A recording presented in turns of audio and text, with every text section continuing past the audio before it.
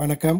இயற்கை மருத்துவத்துக்கு வர இருக்கிறேன். இன்றைக்கி நம்ம பார்க்கக்கூடிய அந்த வீடியோ என்ன அப்படின்னு பார்த்தீங்கன்னாக்கா, சமையலில் சேர்க்கக்கூடிய சோம்பு அப்படின்னு சொல்லக்கூடிய ஒரு ரொம்ப எளிமையான ஒரு விஷயம். ஆனால் அது நமக்கு கொடுக்கக்கூடிய பலன் ரொம்ப அதிகம். இது பெரும்பாலும் உணவில் மனம் அதிகப்படுத்துறதுக்கு நல்லா ஒரு வாடையாக இருக்கும். மசாலாலாம் ரொம்ப முக்கியத்துவமாக சேர்க்கக்கூடிய ஒரு விஷயம்.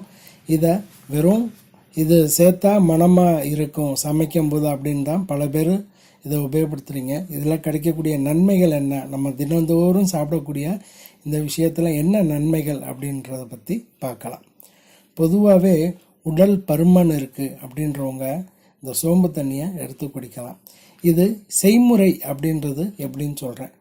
அதாவது தொடர்ந்து இந்த சோம்பு ஒரு 300 ml தண்ணியில் இந்த சோம்புவை 1 டீஸ்பூன் அளவுக்கு எடுத்துக்கோங்க. 300 ml தண்ணியில் அதை போட்டு கொதிக்க விட்டு பாதியை ஆக்கிடணும். 150 ml தண்ணி அளவுக்கு வர்ற அளவுக்கு பாதியை ஆக்கிட்டு அதை வெறும் கஷாயமாகவும் குடிக்கலாம், அதை டீ மாதிரி மாற்றியும் குடிக்கலாம். இப்போ டீ மாதிரி மாற்றி குடிக்கணும் அப்படின்றவங்க கருப்பட்டி சேர்த்துக்கலாம், இல்லை பனக்கற்கண்டு சேர்த்துக்கலாம்.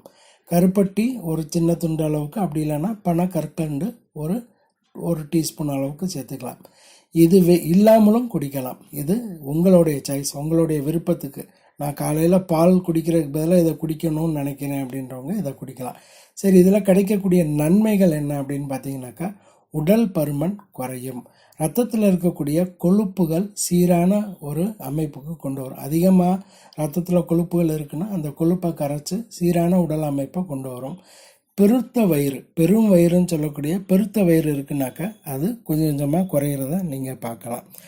வாய் துர்நாற்றம் இருக்குனாக்கா அவங்க ஒன்றுமே பண்ண வேண்டாம், வெறும் சோம்பை நல்லா வாயில் போட்டு ஒரு 1/2 டீஸ்பூன் அளவுக்கு சோம்பை வாயில் போட்டு நல்லா கடித்து மெண்டு அந்த உமிழ் நீரோடு மெழுங்கிட்டோம்னாலே போதும், அந்த வாயில் இருக்கக்கூடிய துர்நாற்றங்கள் குறையிறத நல்லா பார்க்கலாம்.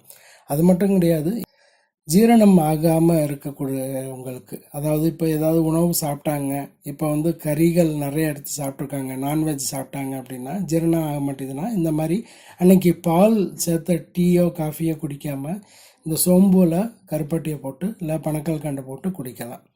அதாவது 150 ml அளவுக்கு காய்ச்சி பாதியாக வந்த பிறகு அதில் சுவைக்கு கருப்பட்டி அல்லது பனக்கற்கண்டை சேர்த்து குடிக்கலாம். அது மட்டும் கிடையாது, செரிமான பிரச்சனை, நம்ம ஏற்கனவே சொன்ன மாதிரி செரிமான பிரச்சனை சரியாகும். அதே மாதிரி ஒரு சில பேருக்கு அடிக்கடி மூச்சு இழைப்பு இருக்குது அப்படின்றவங்களுக்கும் இந்த சோம்பு கஷாயம் குடிக்கும்போது நல்ல மாற்றம் கிடைக்கும். கர்ப்பமாக இருக்கக்கூடிய பெண்கள் அவங்களுக்கு என்ன அப்படின்னாக்கா, ஒரு சில பேருக்கு சாப்பிட்டாங்கனாக்கா வாமிட் வர்ற மாதிரி இருக்கும், இல்லாட்டினா ஒரு மாதிரியாக எதிர்கழிக்கிற மாதிரி இருக்கும். அந்த மாதிரி இருக்கக்கூடிய பெண்களும் இந்த டீயை எடுத்துக்கலாம். இது தாராளமாக தொடர்ந்து எடுத்துக்கலாம், எந்த தவறும் கிடையாது. மாதவிடாய் இருக்கக்கூடிய பெண்கள், அந்த வலி அதிகமாக இருக்குது அப்படின்றவங்க இந்த கஷாயம் மாதிரி போட்டு குடிக்கலாம்.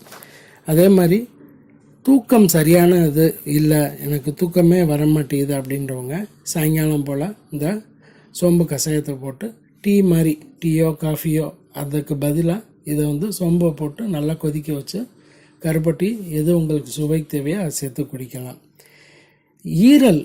அதாவது ஈரல் இல்லை கணையம் இதெல்லாம் பாதிப்பு இருக்குது அப்படின்றவங்க இந்த சோம்பு கஷாயத்தை போட்டு குடிக்கும்போது அது பலப்படும்.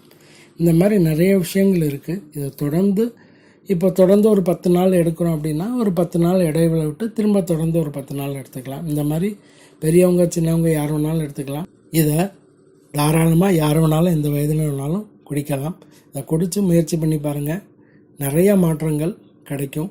ரொம்ப சிறிய விஷயம், ஆனால் பெரிய பெரிய விஷயத்துக்கு உதவிகரமாக இருக்கும். முயற்சி பண்ணி பாருங்கள். வணக்கம்.